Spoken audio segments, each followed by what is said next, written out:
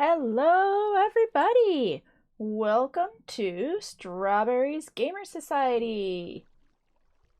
It is 1 o'clock in the morning, and this is the start of the stream, so welcome. I know a bunch of people are just finishing watching up one of Tommy's new YouTube releases, so I will prattle on for a moment or two to give people a chance to log in if they want to. But hello, nice to see you here this evening. So today's topic is going to be, let's see here, why don't I put these seeds away first and then we'll get into the topic. There we go. So seeds go in the composter because we have plenty of seeds. Actually, I should double check because this is a shared server and somebody may have taken all the seeds out. So yes, let us save some seeds just in case something happens to them. And then we'll have seeds for later if we need them. And let's see here. So this month is Black History Month in America. And what that means is there's an awful lot of effort going on to make sure to celebrate people of color in America who have done great things and celebrate that. I think Barack Obama, as president of the United States, as previous president of the United States, is one of the great examples. Oh, hello and welcome. Thank you for the follow. I appreciate it. And I am Strawberry GS, and this is Strawberry's Gamer Society. I am a mom. Oh, you guys must have just finished. You're all here. Hey, welcome, welcome. So, I am a mom. I do mom things and I play Minecraft and I give mom advice. Oh, yes, and I'm glad you're finally able to catch a stream from me. Awesome. So, welcome to my stream. This is our server here. I am out in the farmlands, and tonight the topic, so I am willing, if you guys have any pressing mom advice or mom issues you want to ask me, I am very open to changing topics as needed for what you guys need. Hello, welcome. I don't believe we've met before. Emu3. I don't believe we've met, but welcome, welcome to my stream. So this is the farm. And tonight I am I'm working on the topic of it's Black History Month in America, and I'm not sure if that's a worldwide thing. I know that I've got a worldwide audience here, so, but I don't know if that's a topic that goes worldwide, but I think it's worth sharing and it's worth talking about. And as a mom, like, it's one of those things that I'd like everybody in the world to know about, regardless of whether you're from America or not. And so I have picked out for this evening a collection of my favorite essays. So these, like, usually with Black History Month, we celebrate famous Black Americans. But I think, especially nowadays, it's important for everybody to know about the lives of non-famous Black Americans, because not everybody's famous, and what goes on in an individual's life matters an awful lot too. Yeah, just about like, I don't know of anybody here who didn't come from Dreams Offline chat, so we all have something in common. We are all fans of Dream, and I think we're all pretty cool people. So, yeah. You know about it even though your country doesn't celebrate it? Ah, yeah. So I'm celebrating it tonight, and so this stream, I would like to share some of the essays that touched my life. In my life, I guess, to be right up front and honest, I have no idea what race and even what gender most of you are.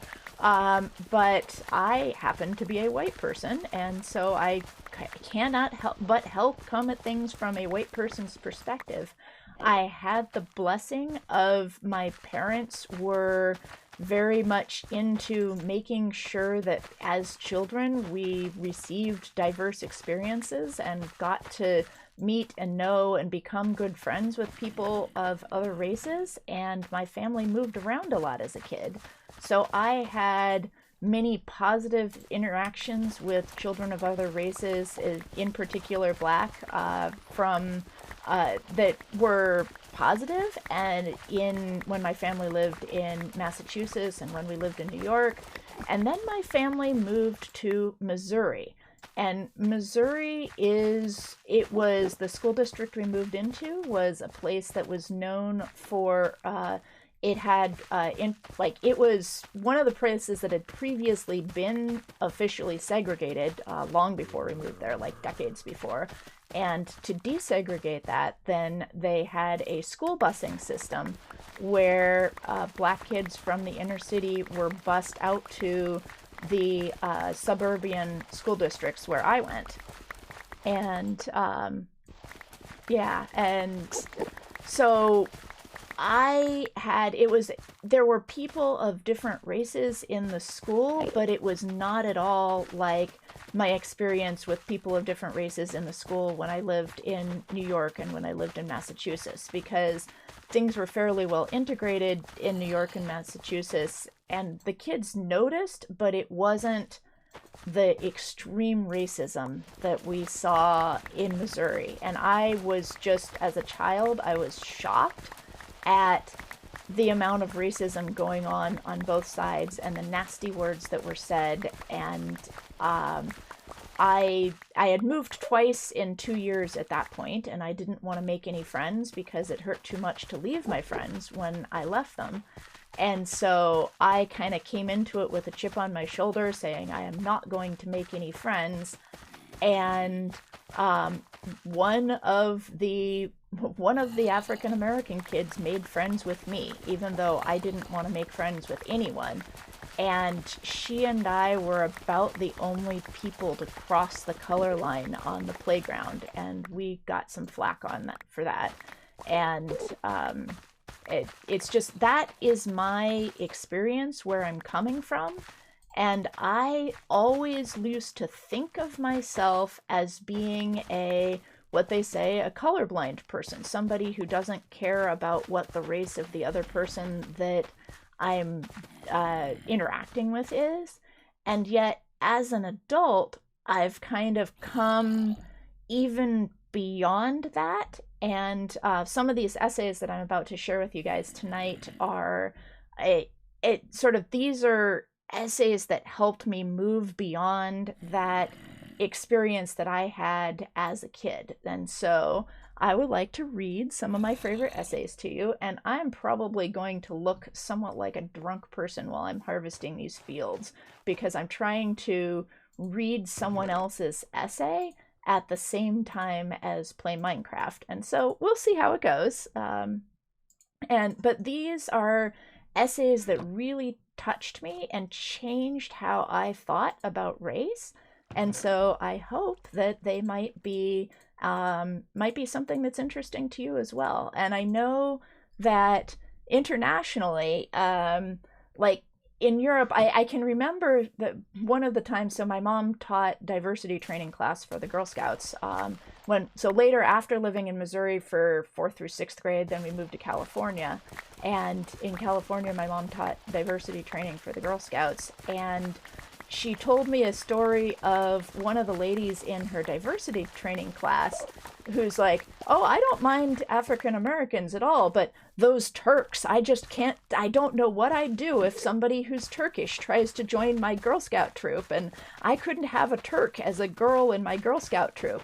And from an American perspective, where Turkey's like just another country in Europe and it's kind of the same as France to us, or at least it was pre 9/11, then that was a very odd experience for me. Like hearing of somebody else's racism against a race that I'd never seen, or a nationality of people that I'd never seen racism expressed against before.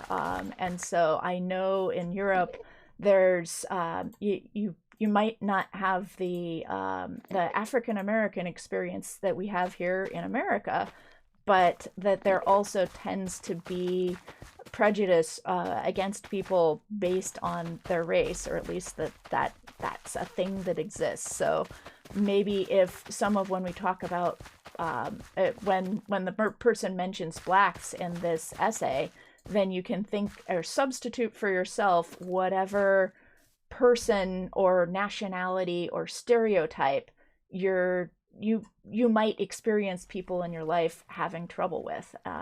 And so it's just a thing to think about. Oh, hey, thank you for the follow. I really appreciate that. Yeah, I think that makes, I'm up to 21 now. So 50 is the next big threshold, but it's not, I don't really care about being big. I want to make this to just get it all out there. So anyway, with that introduction, then I've got the title up there, and if you click on like my Twitch, then it'll give a link to the actual essay that I was going to read. So this is an essay that was written in 2009. And what it's a reaction to is it talks early on in the essay about the person they were away from the internet and they came back to find out that fandom has exploded. And I just realized that I have moved the essay to a place where it covers up the chat. So hold on, give me a sec while I redo my windows here. Oh no, and I just accidentally stretched my Minecraft window, but it looks like that still looks good for you guys. Okay, so let me move this here and move that there so I can see it all at once. So this person, they wrote on a platform called LiveJournal, which I used to be active on until such time as it was purchased by the Russians, and then Russia passed a law making it illegal to lie on the internet, and when you had to accept their new terms of service, I basically said, I can't accept this because accepting this means that I agree to like abide by Russian law about what is truth and not post anything that is a lie according to Russia on my journal, and so I declined. So I have not been active on LiveJournal in quite some years. But this essay, it meant a lot to me when it happened, and I had a bookmark to it, and so I've still got a bookmark to this old essay. And does anybody else use LiveJournal? Yeah, I eventually migrated to Dreamwidth, which is where my personal accounts are now. So anyway, this person, the essay is still over there on LiveJournal. And this person, their name is Dolphin Girl, and most people are anonymous on LiveJournal, and I have no idea who this is. It was one of those, a friend of a friend forwarded to somebody who forwarded it just because it was that good of an essay. And passing things on LiveJournal is a lot more challenging than passing things on Facebook. So it's why is this? Okay, whatever. I'm just going to, I'm trying to plant beets as opposed to beetroot seeds. No wonder why this isn't working. Like I said, guys, it's going to be a challenging night. Okay. Yeah, LiveJournal was, let me think, when was it? It was active like early 2000s. I know it was very active 2004 through 2006. It was obviously still active in 2009. And it went down eventually. Yeah, so this is like before you guys were born, some of you. It's a pretty old platform. It was at one point in time, it was a rival to Facebook, but Facebook got much bigger eventually. So anyway, this person, I think it's up there in the stream. It should be up there in the top left. So I might take a moment to commentate, or if you guys have any questions as I'm reading and you say, I don't understand what that means, then just let me know and I'll stop reading. But for the most part, I'm just going to let Dolphin Girl speak about her experience of when fandom was going nuts. So fandom is like people who go to Comic-Con and are really into science fiction. I think this was in reaction to a male-female issue of women saying, hey, we're being abused when we dress up in costumes and we go to conferences. and men saying, but I don't abuse you, and women saying that's not the point. And there was a lot of yelling going on the internet. So this essay is in reaction to that, but this essay is about race. So it says, okay, I've not been reading LiveJournal much lately, being altogether too wrapped up in the exercise and futility that is planning lessons the kids still insist on ignoring. But I logged in yesterday to have a moment of staring at my screen going, did fandom just explode? Several, as in still doing it, hours of reading later, I was able to conclude, no, fandom didn't explode. Fandom is in yelling class. Oh, right, now I was gonna put music on in the background. So tell me if this is too loud, and if it is, I'm trying to have the music be very quiet. I was just gonna play some nice acoustic. I like Wilbur suits, so he's in the background. Okay. Fandom is in yelling class. Several, okay, it's not a perfect comparison. I think what's going on is way more out of control than yelling class ever got. And there are key and crucial differences between having this kind of discussion face-to-face in real time and having it on the internet. But man, are there ever similarities. Yelling class was centered around one of the courses I took in teachers college. And I also honestly don't remember what it was actually called. I did check my transcript, but due to the strange nature of site divisions at New York, the name of several courses are different from the ones on my syllabi. I think it was Foundations. Truth be told, most of the courses ended up blurring into one another, so it certainly wasn't limited to just one class. I was wondering if it was one of the courses which York said to the directors, teach whatever you feel like, or teach something about this, but what actually was taught varied depending on which site you, sorry, I'm trying to read and I just lost my place.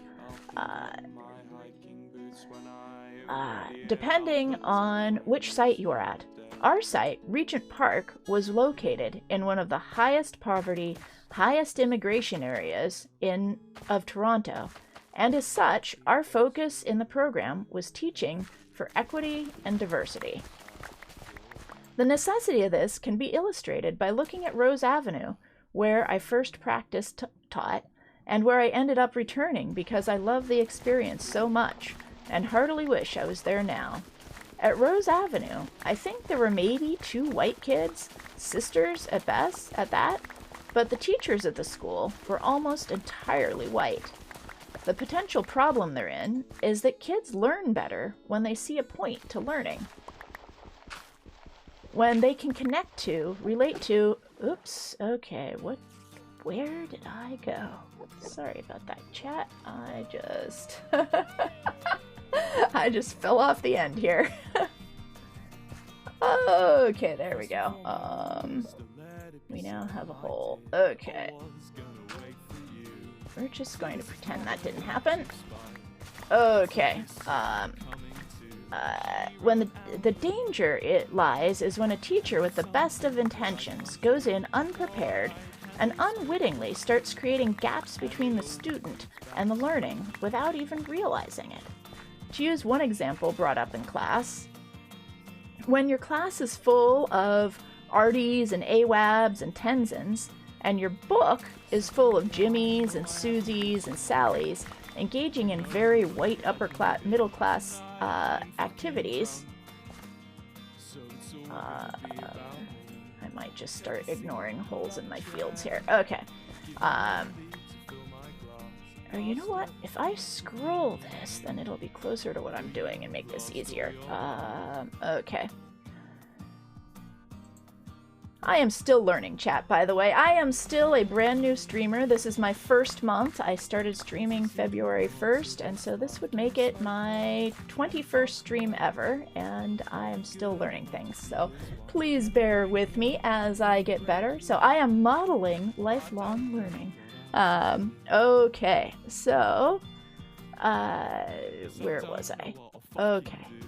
You have Jimmies and Sallys and Susies engaging in white upper-middle-class activities. You start sending subtle unconscious messages. The ones that come up, for example, that white people are better at math because they're the ones in the book. But that's barely scratching the surface of teaching this kind of student population.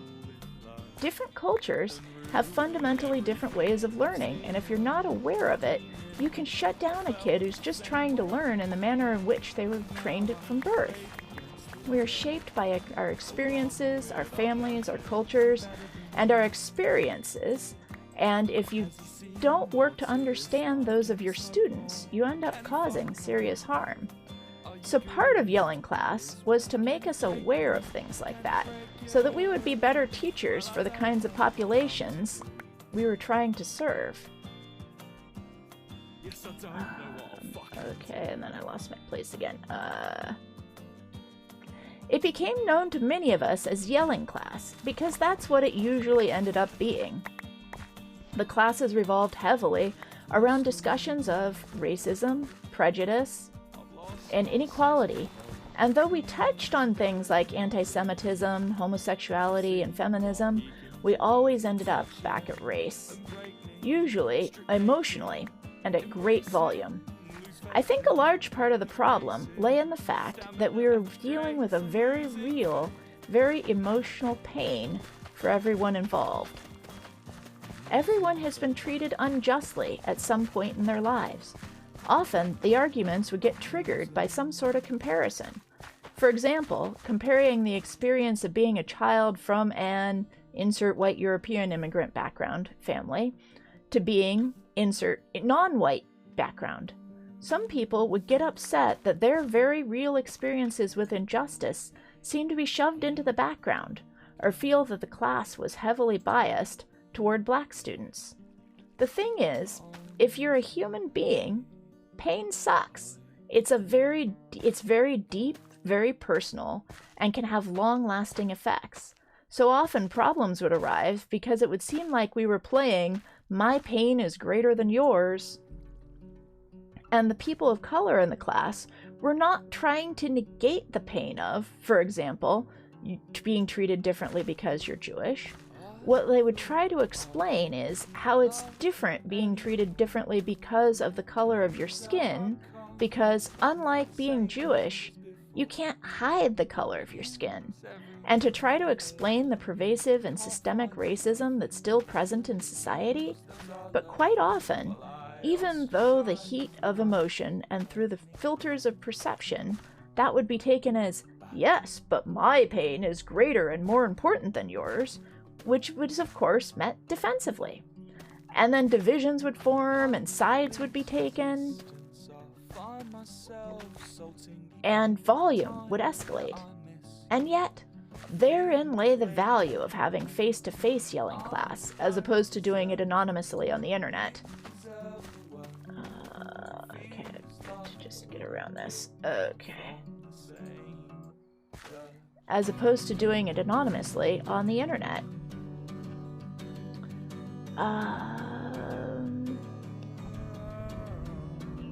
There's something about seeing your friend, one of the most upbeat, kind, articulate, and happy people you've ever met, reduced to powerless silence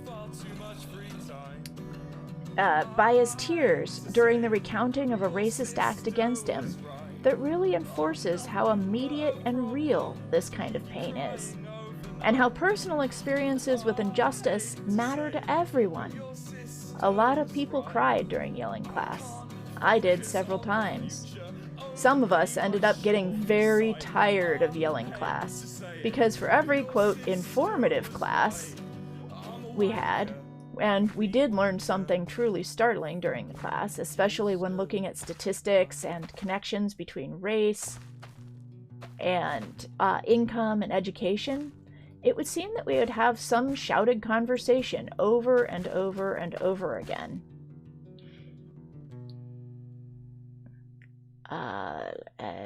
Once we even divided into white and non-white groups, separated to talk over issues of racism, and then brought back together, which resulted in another full-volume argument. Don't even get me started on what happened when we brought up the topic of black-focused schooling. The class ended up falling into a few categories.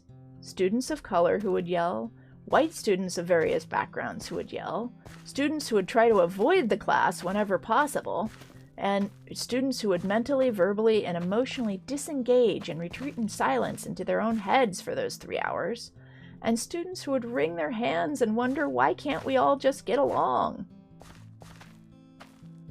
Often, in small groups, we ended up discussing what the point was. Why keep having class at all if all we did was have the same argument over and over, yet never seemed to come to any resolution? What was the point of arguing if we were never told what we could do about any of it? We felt like hamsters in a wheel, running and running but never getting anywhere, and the class began to feel like an exercise in futility. It wasn't until after graduation that I began to realize how much yelling class had done to me.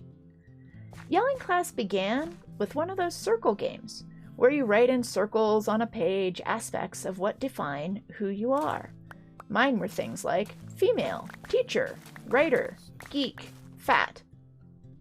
When everyone else began to read theirs out, interesting trends emerged. Almost none of the white students included white in their circles. Almost all of the black students included black. What I can see, looking back on that circle game after graduation, was that most people included things in their circles about themselves for which they had, at some point, been the victims of abuse. Fat and geek were mine. Others from the white students included Jewish, gay, immigrant background.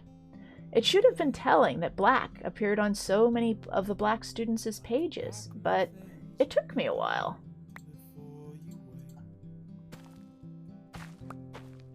At the beginning of yelling class, I prided myself on all the work I had done to make myself, quote, colorblind. It was in yelling class that I realized how incredibly racist that was. One of the best vocalizations of how awful the term colorblind really is came back to the circle game, and how many of the students listed black or Korean or whatever they happen to be as one of the fundamental defining characteristics as who they are as a person. When you try to be colorblind, you're actually discounting an entire aspect of who a person is. For white people, who almost unanimously did not list their color as a defining characteristic of who they are, this doesn't appear to be a big deal. But for someone who does, you're essentially saying, I dismiss this entire part of you that is integral to who you are, integral to your personality, and part of your definition of who you are as unimportant and no concern to me. It's hard to realize that you are carrying something like racism around with you. However, unconsciously. I mean, we're human. Most of us want very much to be good people and try our hardest to be so. So it's hard when you come to realize something you had perceived as being anti-racist was actually racist. Very, very much the opposite. Reactions to learning this can differ greatly, from horrified acceptance to vehement denial. No, the point of yelling class was the opposite of colorblindness. The point of yelling class was to open the eyes of all the teachers, particularly those who had been living in privilege, and help them see the inequalities that appear all around in society, in the schools, and in themselves. Oops, what did I do here? I have horribly messed up. Okay, there we go. In the schools and in themselves. Our professor once said something that helped a lot with the issue. She said that, as a black woman, she felt safer driving around in the American Deep South than she did in Toronto, because in the Deep South, you can see the racism, and you know which bits to avoid. In Toronto, it's all been driven underground. I'm slowly, in bits and pieces, started to understand exactly how important yelling class has been to me, in the shifts of perception it has caused, in how I've started noticing injustices and inequalities I never saw before, in how I'm better able to examine my own actions and inequalities, my own actions, to catch myself before saying and doing things I might never have thought twice about, and my willingness to learn and adapt and change. And thank you guys for reacting along the way, by the way. I appreciate that. I'm not reading them out loud, but I am noticing them. So maybe not exactly when you say them, but I do notice that you're saying stuff. Oh, yeah, perhaps the biggest moment of revelation came not that long ago in a visit. Oh, wait, no, I missed a paragraph, sorry. In how I'm better able to examine my own actions, to catch myself before saying or doing things I might never have thought twice about, in my willingness to learn and adapt and change. But perhaps the biggest moment of revelation came not that long ago, during a visit with family. I love my family, dearly, but sometimes they are not the most tolerant of people. They don't think they're bigoted, but most of them pride themselves on being anti-racist, anti-prejudiced, what have you. Yet it comes out slowly and pervasively. They will often say things that make me inwardly and outwardly cringe. Let's see here. Sorry, I gotta scroll here. I have a problem with Native people because they're just lazy, sitting around the res collecting money, springs immediately to mind. But I've never been able to address it because the entire tangled mess of trying to deconstruct prejudice, societal stereotypes, and my own ignorance would tangle in my throat and render me mute. Yet just recently, I was told by a family member that she found, quote, the black people in Africa are so much nicer than the ones in North America. For the first time, I was able to discuss it with her. I'm not sure how much of an impression I made or how I was able to change her perceptions, but for the first time, I actually had a lexicon, a vocabulary, a structure, and tools with which to discuss things like the impact of centuries of cultural history, cultural identity, cultural diversity, white privilege, and unwitting prejudice. Yelling class, despite how often it left me feeling like there was nothing I could say, actually gave me the ability to speak. That was my aha moment, the point at which I realized that yes, I had in fact learned something more important than raw knowledge from yelling class. The problem that I see is, as humans, we like putting things in boxes. Male or female, black or white, open or closed. Yet nature, in its very essence, is about continuous variation and change, and abhors either or for the most part. Gender is not either or, it exists on a spectrum, with most of the population gathered around one end or the other. And there's no end to the racism discussion. We don't get to complete a series of challenges and go, hooray, racism is over now, let's have cake. It's constant, it's ongoing, and that, I finally see, was the point of the seemingly endless circle of arguments that went on in yelling class. It was like it didn't have a purpose or any sort of end. It seemed like we never got anywhere. But each time the arguments happened, each time the grievances were aired, two things were accomplished. One, our eyes were opened a little more as we learned how to really listen. Two, we're a little better equipped to deal with the words and tools we needed to actually do something about it. Oh, yikes. Forgive me for a moment. I'm just gonna go sleep. Pardon me. I was at the wrong end for it to become nighttime.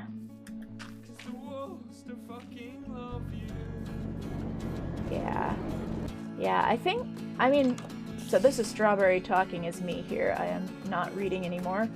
But, what? Now there's monsters nearby. No. Seriously? Yeah, for me, as Strawberry, then it's that... Rats, I lost my train of thought when there were monsters nearby. Oh. Yeah. I think it feels like with each... I remember, it feels like with each generation, we get a little bit better. And we're not there yet, but I would hope that we'll continue making progress in the right direction. But yeah, talking with families can be challenging sometimes. Okay, now I can sleep.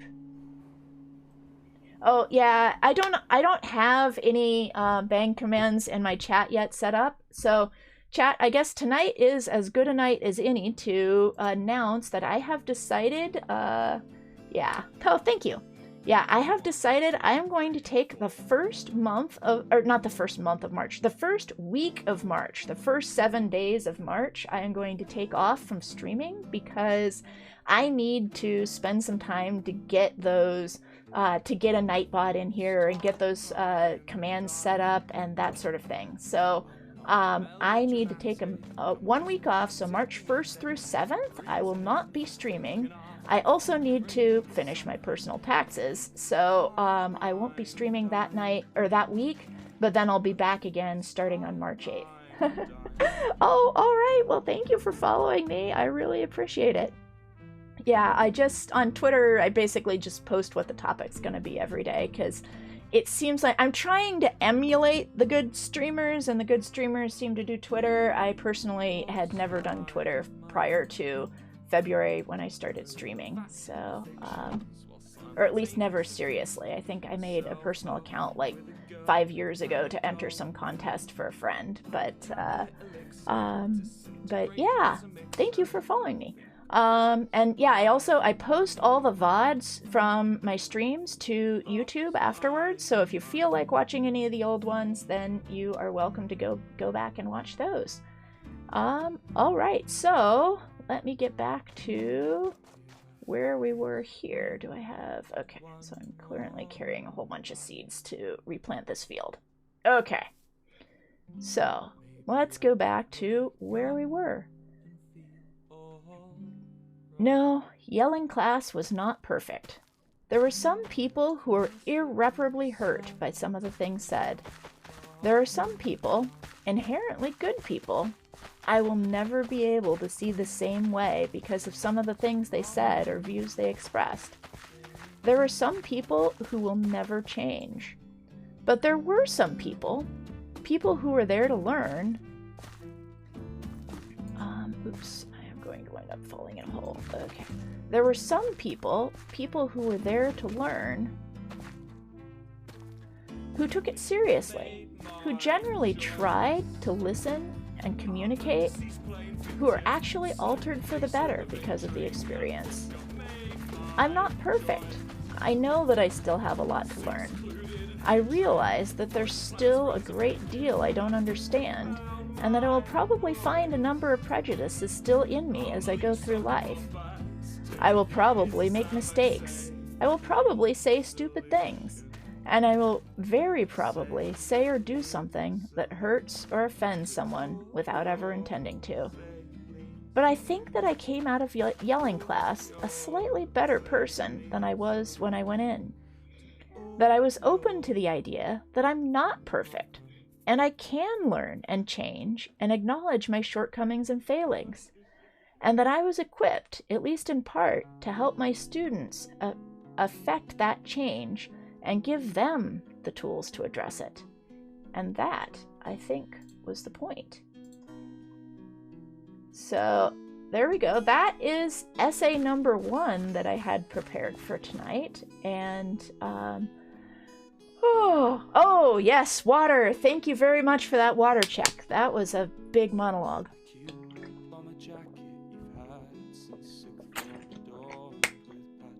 And I am now going to update the stream settings. So I have one more essay. So the first one is from a white woman who's a teacher, and it's the one that I read first. And the second one that I've got is, let's see here, I need to get to the other window to update these stream settings.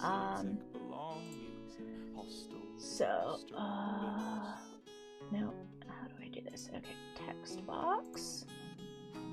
And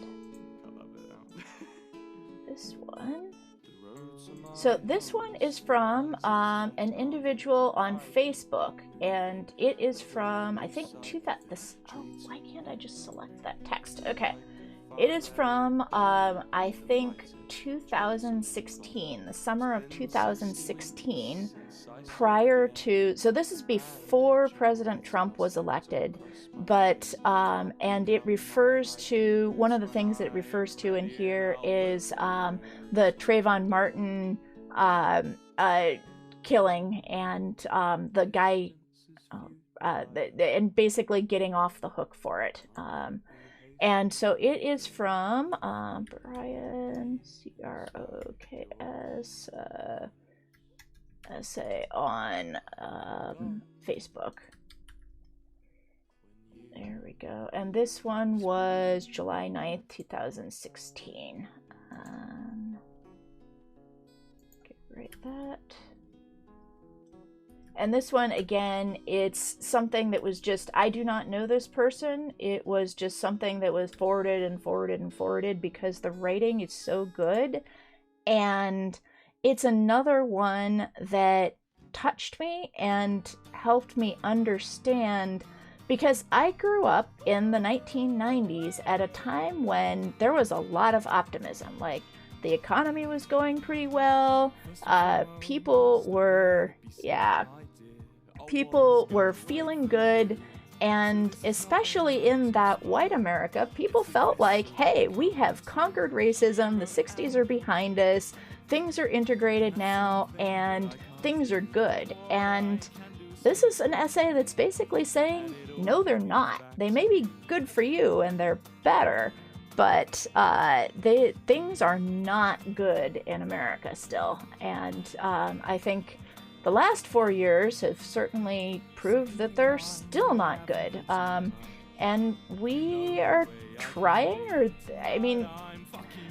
there are a lot of people who want things to get better, and it would be nice if they did, and there's people who are trying to work on that, and I guess I see this stream as my small contribution to that.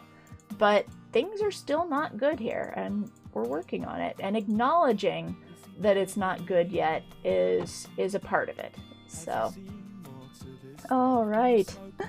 Yeah, I love you guys. Thank you, and thank you for listening. I think this is my biggest stream yet. So, it's good stuff. So this is an essay from a black man about what it's like to be black in America, basically. And let me get it. I gotta put this where I can see all the things, so I can see you guys chatting and my Minecraft. Oh, drat, and I just full screened something I did not want to full screen. So now I need to make that smaller. Okay, there we go. Okay, so this is from, oh, hey, thank you for the follow. I appreciate it. Welcome to my stream. I am just about to start essay number 2 on racism in America, basically. So this is from a black man named Brian Croks that is collected from the internet, from Facebook. So over the last few days, I've done a lot of linking and reposting, but I haven't done a lot of speaking about my personal experience to explain where I'm coming from. Please bear with me for a few minutes. Hopefully it'll help you understand why I feel the way I do about what's been going on. The first time I was acutely aware of my blackness, I was probably 6 or 7 years old. Like, before then, obviously I knew I was black, but it hadn't really been hit in my face like this until I was 6 or 7. I used to go to daycare back then, and we went on a field trip to a water park one time. One of the other boys from daycare came up to me and told me he was surprised I would go to a water park. I was going on the trip because his dad told him all colored people were afraid of the water since we sink to the bottom. He didn't know he was being offensive. He was just curious why someone who would sink to the bottom would want to go to a water park.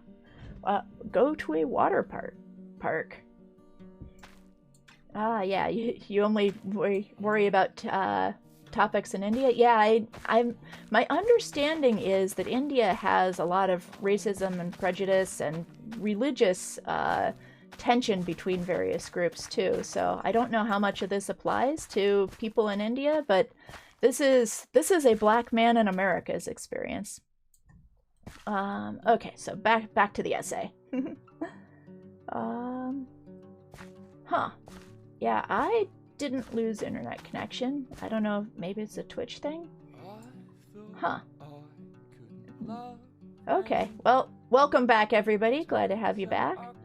I will continue.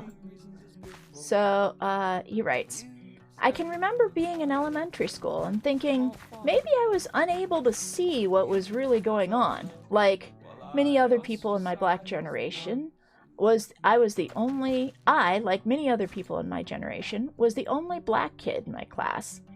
I think the first time I actually had a class with another black kid was when I was in 5th grade. I'd need to go back and look at my class pictures to be sure, but for sure there were never like 6 or 7 of us in one class. So anyway, in elementary school, right around the same time I was told that colored people couldn't swim, I remember wondering whether I saw the same stuff that white kids saw. I seriously remember wondering whether whether I just thought I was sitting quietly, while in reality I was running around going crazy and being disruptive. I don't really know why I wondered at that. I'd picked up on some kinds of cues in pop culture and stuff, I guess, but I really did think there was a chance the white kids were just being polite to not react to me if I was jumping on their desks and throwing stuff without being able to see it myself. In elementary school, I was in the gifted program. I've never been any good at math or science, but I was a really creative kid who loved history and telling stories. Let's see here. In the 3rd grade, the gifted program focused on the Middle Ages. I was in heaven. I loved learning about knights and castles and all that stuff. We'd had to do a group project sometime that year where we had to give a short speech about something we'd learned during the year. All of the groups broke off to divvy up the work, and my teacher came over to my group. Wouldn't it be, quote, easier and more fun for me if my group did our presentation as a rap? I'm 8 years old. I have no history of writing any kind of music, much less a full 3 or 4 minutes of rap verses for me and my teammates. But I tried. The other kids expected it to be natural for me. They looked at me like, what do you mean you don't know how to rap? We ended up just doing it as a regular presentation like everybody else. And afterward, my teacher came up to me and said, I thought you guys were going to do a rap. I was looking forward to MC Brian. Again, she didn't know that she was making a racially insensitive statement. Why would she? It's not like she had deep conversation about how black people feel about their blackness, or the way black people internalize the way white people feel about our blackness. From elementary school through middle school, I can't remember how many times the white kids asked if they could touch my hair. I'm not kidding when I say it happened like pretty much once a week at least. At first, it didn't bother me, but eventually I felt like an exhibit in the petting zoo.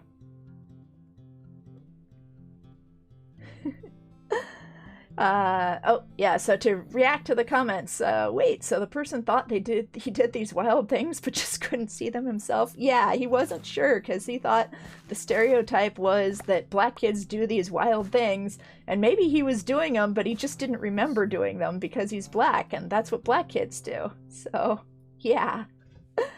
Yeah. Oh, did Ranbu's stream just end? That is possible. Yeah, that Ranbu stream was awesome. I only got part of it today, but oh my goodness, that was amazing.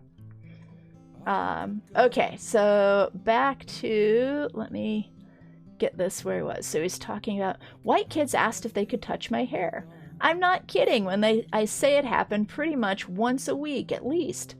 At first it didn't bother me, but eventually I felt like an exhibit in the petting zoo. And I didn't have the vocabulary to explain to them that it was really weird that they kept asking to touch my hair all the time. See, I was a pretty shy kid. I was the only black one, I was overweight, and I'd moved 3 times before I turned 10. So rather than tell the white kids that no, they couldn't rummage through my hair, I just said yes and sat there quietly while they marveled at how it felt. At my least favorite time of the year, every year, was February, Black History Month. Being the only black kid in the class, I was the designated reader for the entire month. When it came time to read from our history books about slavery and the Triangle Trade Route, I was always the one chosen to read. When it came time to read about Jim Crow, it was my turn. George Washington Carver and the Peanut? Sounds like a job for Brian. Booker T. Washington, Harriet Tubman? Surely Brian is the perfect choice for those passages. All the while, I felt the eyes of my fellow students upon me.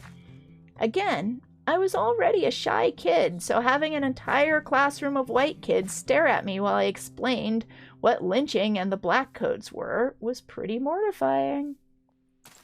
Middle school is awkward for almost everybody, but when you're one of a handful of black kids in a sea of judgmental, painfully self-conscious white kids, that awkwardness is magnified.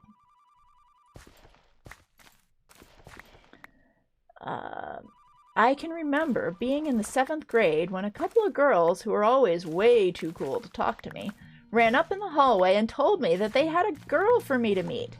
Being that I was like 12 or 13, I asked what she looked like. "You're really going to like her," they said. I met her near the end of the day. She was morbidly obese and about 3 shades darker than me. The popular girls, of course, decided that since we were both black and overweight, we were a match made in heaven. At this point, I'm pretty sure they were aware they were being jerks. Ignorance of childhood had mostly fallen away by that point. But they were popular, I was a nerd, and the girl they thought was perfect for me was new in school. I'm sure they told her they had a great guy for her, too.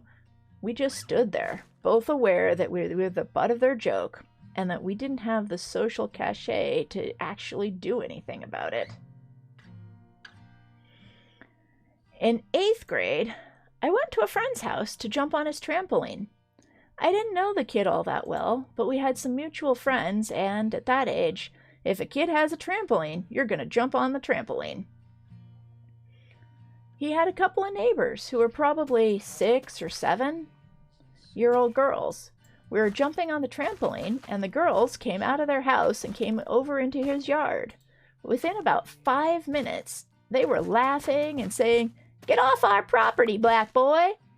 They were little and they were laughing, so I don't think they knew how ugly they were being. After all, they probably never had a black kid in their 1 or 2 elementary school classes, but they'd clearly heard that phrase somewhere else before. I wasn't even on their property, I was next door. But it's fair to assume that at some point, someone in their house had said, "Get off my property, black boy." In high school, I was around more black kids. Still not a lot, but more than 0.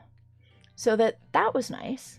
When I was 15, I got my first, quote, real girlfriend. I'd asked some girls out before, and some of them said yes, but when you're 13 or 14 years old, what does going out even mean? So my first real girlfriend was white. After all, living in an overwhelmingly white community, and it's not like I was living in an overwhelmingly white community, and it's not like I was a heartthrob, so I was in no position to tell a girl who liked me that I was only interested in dating a black girl. I might have never had a girlfriend if that was the line I drew. We were a good couple. Sorry, I lost my place. We were a good couple. We got along well and had similar interests and stuff. Basically, what you'd like to have as a high school sophomore. Her parents were divorced, but her mom and stepdad liked me. Then, her biological father found out I was black. A week or two later, she called me crying and said we had to break up. Her dad didn't support her dating a black person. So my first heartbreak came as a direct result of racism. When I was going through driver's ed, my behind-the-wheel instructor was a football coach at one of the other Naperville high schools. He asked what kind of car I wanted one time, and I told him I was going to get my dad's Dodge Intrepid, but I really liked my brother's Mazda. He looked at me like I was nuts and figured I'd want an Impala so I could put some hydraulics on it and, quote, hit them switches. When we got back to my house at the end of my last behind-the-wheel session, he shook my hand and said it was a pleasure teaching me how to drive. Then he said, "You're a black kid, but you're pretty cool, you know? Not like one of those black people, you know?" In high school, I played football. There was a kid on the football team who I'd been friends with since middle school. Yeah, that part is really sad. There was a kid on the football team who I'd been friends with since middle school. Not like best friends or anything, but we ran in similar circles, and we were certainly friendly with each other. When we were 16 or 17, he started referring to me as the whitest black guy. It really pissed me off. He knew it pissed me off. I guess because I used proper grammar, wore clothes that fit, and listened to metal in addition to hip-hop, it turned me white. I got off track here.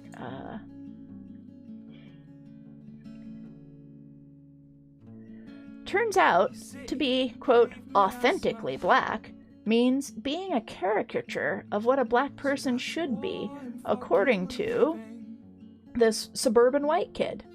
This is another case of me lacking the vocabulary at the time to express what made me feel, but it's pretty messed up. This kid, we're currently Facebook friends, so I hope he reads this and knows who I'm talking about, identified as Italian American. I didn't call him the most Anglo-Italian guy because he didn't bring homemade ravioli to school for lunch every day or play an accordion while growing a mustache. I got pulled over a lot in high school. Like, a lot. By this point, I was no longer driving the Dodge. I had a Mazda of my own. It was flashy and loud, but this was 2002, and everybody with a Japanese car was doing a Vin Diesel impression, so it's not like mine stood out much more than anyone else's. I spent a ton of money on my car, and is especially aware of its appearance. You can understand, then, why it was weird when I was routinely pulled over for a busted taillight. After all, that's the kind of thing I would have noticed and gotten fixed, especially if that taillight tended to burn out once a week or so. My parents told me how to act when pulled over by the police, so of course I was all, "Yes sir, no sir," every time it happened. This didn't stop them from asking me to step out of the car so they could pat me down or search for drugs, though. I didn't have a drop of alcohol until I was 21, but by that point, I was an expert at breathalyzers and field sobriety tests. On occasion, the officer was polite, but usually they walked up with their hand on their gun and talked to me like I'd been found guilty of grisly homicide earlier in the day. A handful of times, they'd tell me to turn off the car drop the keys out the window, and keep my hands outside the vehicle before even approaching. I went to the University of Iowa, which is a very white campus in a very white state. It's funny because most people I met there came from small town Iowa, were really excited to finally meet a black person. And it wasn't like they wanted me to be a mascot. They generally wanted a black friend, so they could learn about black people and stuff. It was nice. On the other hand, if I was in a bar talking to a girl they didn't think I should be talking to, or in their drunken state they bumped into sober me, you'd be surprised to see how quickly some of these guys will call a complete stranger, I'm going to edit here, the N-word. Once, when I came home from college, I was pulled over less than a block from my parents' house.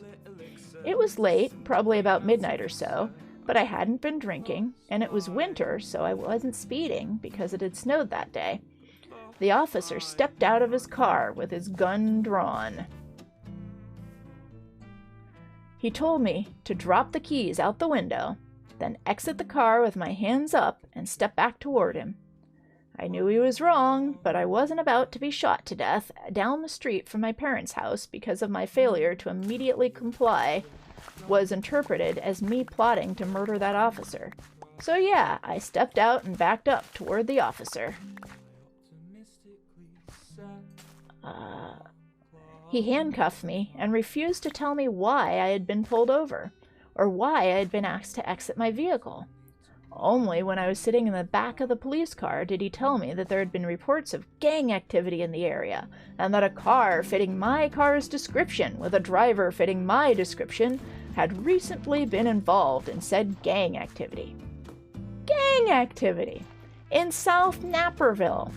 Committed by a black male driving a bright blue Mazda MX-6 with a gaudy blue and white interior. Yeah, alright. He was very short in asking me what I was doing in the neighborhood so late at night. I explained that my parents lived at that house with the glass blackboard over there. He didn't believe me. He took me out of the car and put me face down on the hood of the police car to frisk me. I'd already been searched once before he put me in the car. Then he spent about 15 minutes searching my car while I stood handcuffed in the cold.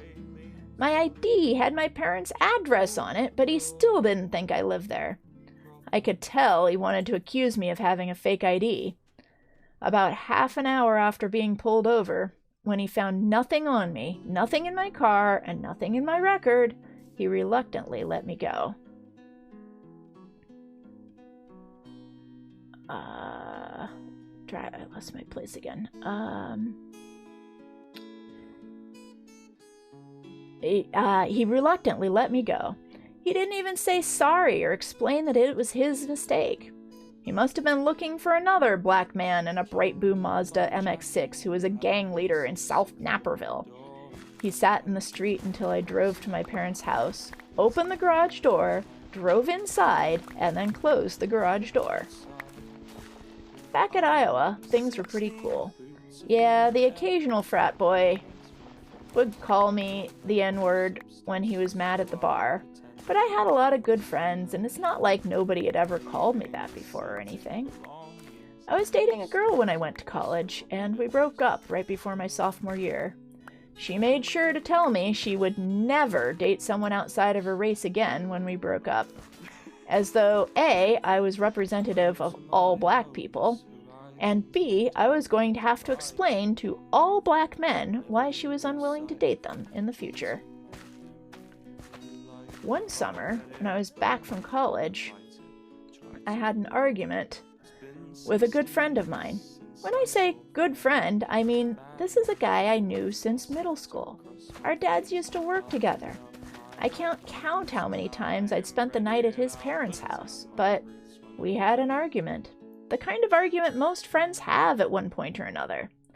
Then, he decided to get really racial about it. He started off by telling me I should be ashamed of my complexion. He later claimed that he meant I had bad skin, only I'd had like 2 pimples in my entire life. Then he said I belonged in the ghetto. Not Naperville. In the end, he looked at me dead in the face and called me, again editorializing, the N-word. Again, this is one of my closest friends. Since then, I've completely cut him out of my life. But it fits with the experiences that I've had too many times. People can be totally cool for years and years, but then suddenly decide they need to be super racist because they want to hurt you. They'll say they're sorry. They'll explain how you misinterpreted what they said. But the fact is, they reach for racism because they think it'll emotionally and psychologically destroy you. And that's what they want to do at the moment. During my senior year, I went to a game at Kinnick Stadium. I'd been to every home game since my first week at college, and a handful of away games, too. I'd only started drinking about 5 months before that, but my band had a show the night before, and my bandmates were leaving town that morning, so I didn't get hammered during the tailgating. I didn't want them to call me for directions and be unable to help. We were waiting in line to get into the game. I was with probably 4 or 5 of my friends. While standing in line, a much drunker guy lost his balance and fell into me and one of my friends. I caught him and helped him back up. He was pretty oblivious to his surroundings. An officer inside the gate saw what happened and called me out of line when I got inside the gate. He told me he saw me trying to fight that guy in line and said I was too drunk to enter the stadium. He said I could either go home or go to jail.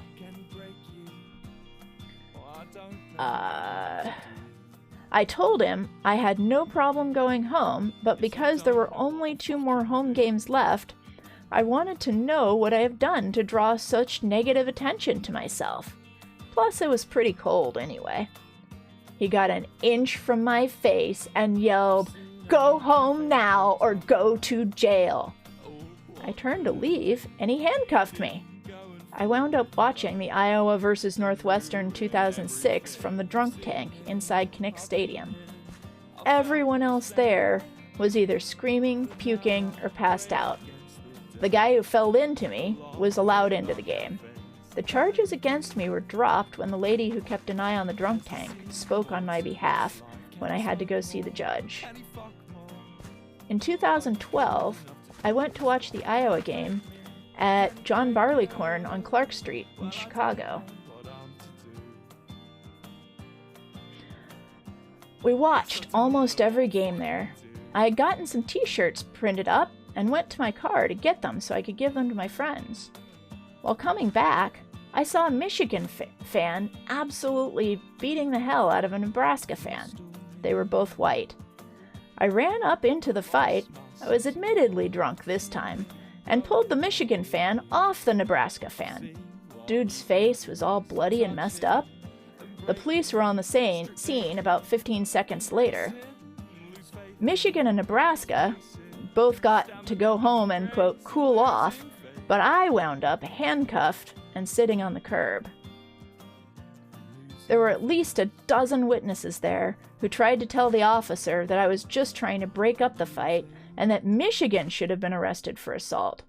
One of Nebraska's female friends even told the officer that I might have saved his life. Probably an exaggeration, but it's what was said. After about 15 minutes, the officer removed the handcuffs and let me go. He said he got a call that there was a big fight breaking out, but otherwise I'd be going to jail that night. He said if he ever saw me on Clark Street again, we'd have a problem. I could go on and on about this. I could tell you about the guy who wanted to buy his guitar from someone who, quote, actually knew what a guitar was, when I worked at a guitar center. At that point, I had a Gibson Les Paul at my house and an Ibanez acoustic, plus a Warwick fretless brass. I could tell you about the coworker who thought it was funny to adopt a stereotypical black accent to apologize we aren't going to have fried chicken and cornbread at our company Christmas party. I could tell you about the time I gave my floor mate a haircut freshman year, and he, quote, thanked me by saying he'd let a N-word cut his hair any day of the week. I could tell you about leaving a bar heartbroken and fighting tears when the Trayvon Martin verdict came out, only to see a couple middle-aged white guys high-fiving and saying, quote, he got what he deserved, right outside. These are only a handful of the experiences I've had in my 31 years. I've never had a black boss. I played football from middle school through the senior year of high school and only had one black coach in that whole time. Not just head coaches. I'm talking about assistants and position coaches. I've had 2 black teachers in my entire life. One was for my Harlem Renaissance class, and one was for a sign language class. I've never been to a black doctor or a black dentist. I've never been pulled over by a black police officer. What I'm trying to explain is that in 31 years, I've seen 3 black people in a position of authority. Think of what that does to the psyche of a growing young man. I remember being excited just a few years ago when we started to see black people in commercials without there being gospel or hip-hop music in the background. Remember that McDonald's commercial where the little kid was pop-locking with the chicken McNuggets? Before you say it, I don't want to hear your, quote, sorry I had these experiences, because it's not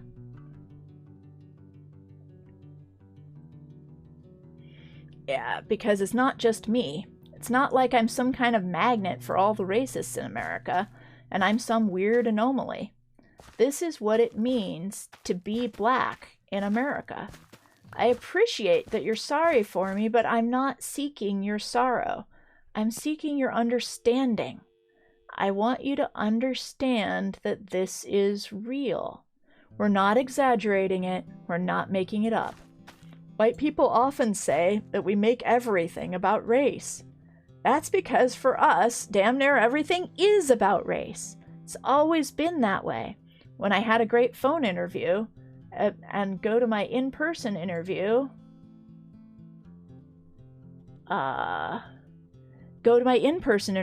only to be told that the position has been filled. Or how am I supposed to know that it's not just because they expected a white Iowa graduate to show up for the interview? When I have an especially attentive employee keep checking in with me at the mall, how am I supposed to know they're shooting for Employee of the Month? Not watching me to make sure I'm not stealing?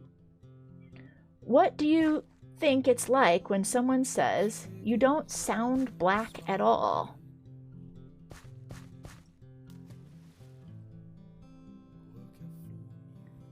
Yeah, I'm just gonna take a moment and catch up on the chat here. Yeah.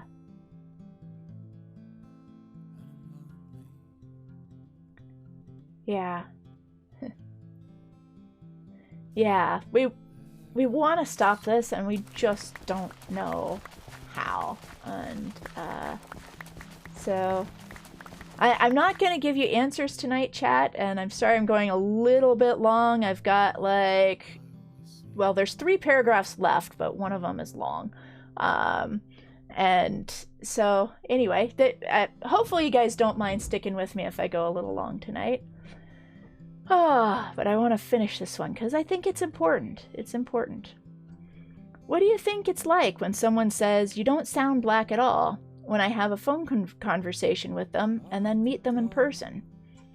What do you think it's like seeing Confederate flags on cars and flagpoles in northern states, only to have someone tell me I'm being too sensitive for not liking it? When we say Black Lives Matter, understand what that actually means. We aren't trying to say that only Black Lives Matter. We're saying Black Lives Matter too. For the entirety of the history of this country, Black lives have not mattered. At a minimum, they haven't mattered nearly as much as white lives. If a black person kills another black person and we have it on tape, the killer goes to jail. If a white police officer kills a black person and we have it on tape, the entire judicial system bends over backwards to make sure the officer doesn't go to jail. It doesn't matter whether the black person was holding up a toy gun in Walmart or whether the black person was a 12-year-old kid playing with a BB gun in an empty park. The police union steps up to say the officer was fearing for his life, just worried about trying to make it home that night. If a grand jury is convened, the prosecutor will present a purposefully weak case to make sure no indictment is reached.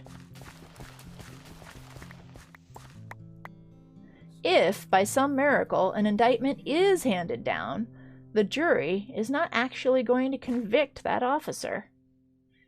That's what we mean when we say Black Lives Matter. I can only speak for myself, but I have no reason to believe that the officers in Minnesota or Baton Rouge will ever see the inside of a jail cell.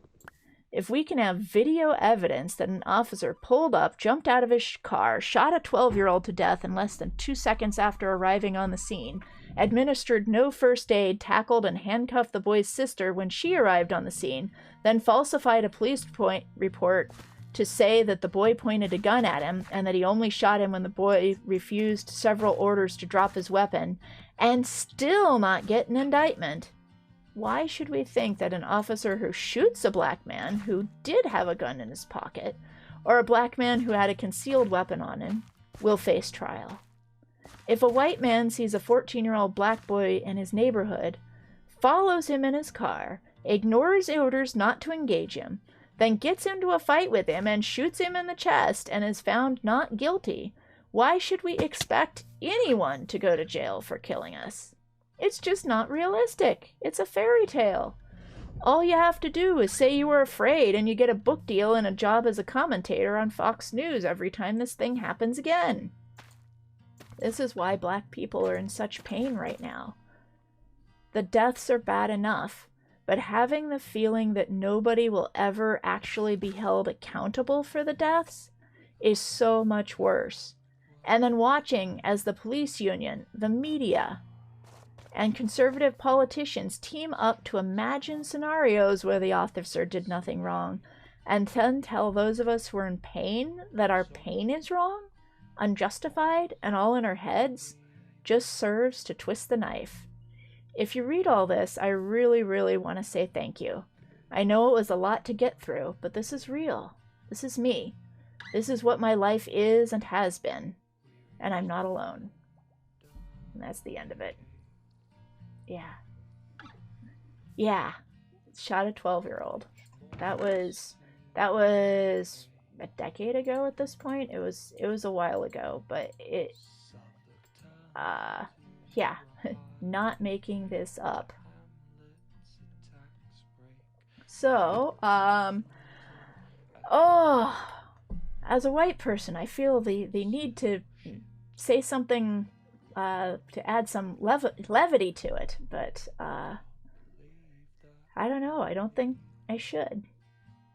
It's so messed up, and the fact that most people get away with it is crazy. That's right. Heavy. So crazy that getting shot to death is a punishment that's so horrible. Yeah. Oh. So, anyway, that was tonight's topic. I hope it gives you something to think about as you go through and just try to think about what your actions are and what kind of actions you can take. I will try. I don't know what I'm going to do tomorrow night yet, but tomorrow night is going to be something lighter. If you have any recommendations, let me know. And I hope everybody has a good night. So let's find somebody to raid. And if you have a suggestion of somebody to raid, then please do give it to me. I gotta pull up my Twitch here.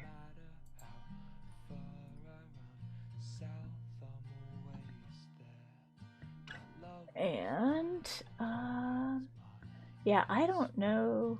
I have no idea what people's races are. Well, I know that Queen Cack is live, and so being female is not nearly as difficult as being black, but let us raid Queen Cack tonight, shall we? Okay, let me figure out why is this not taking my input. Because my mouse has stopped clicking, that's why. Okay, I have a backup mouse. Let's try that one. No, that's not working. How about this? Try that. No, okay, I have another way to get to the raid controls. Hold on. Twitch. There we go. Twitch, and then okay, and I should do like a good night. Get back to my Minecraft. There we go. So good night, everybody, and we are gonna raid Queen Cack this evening.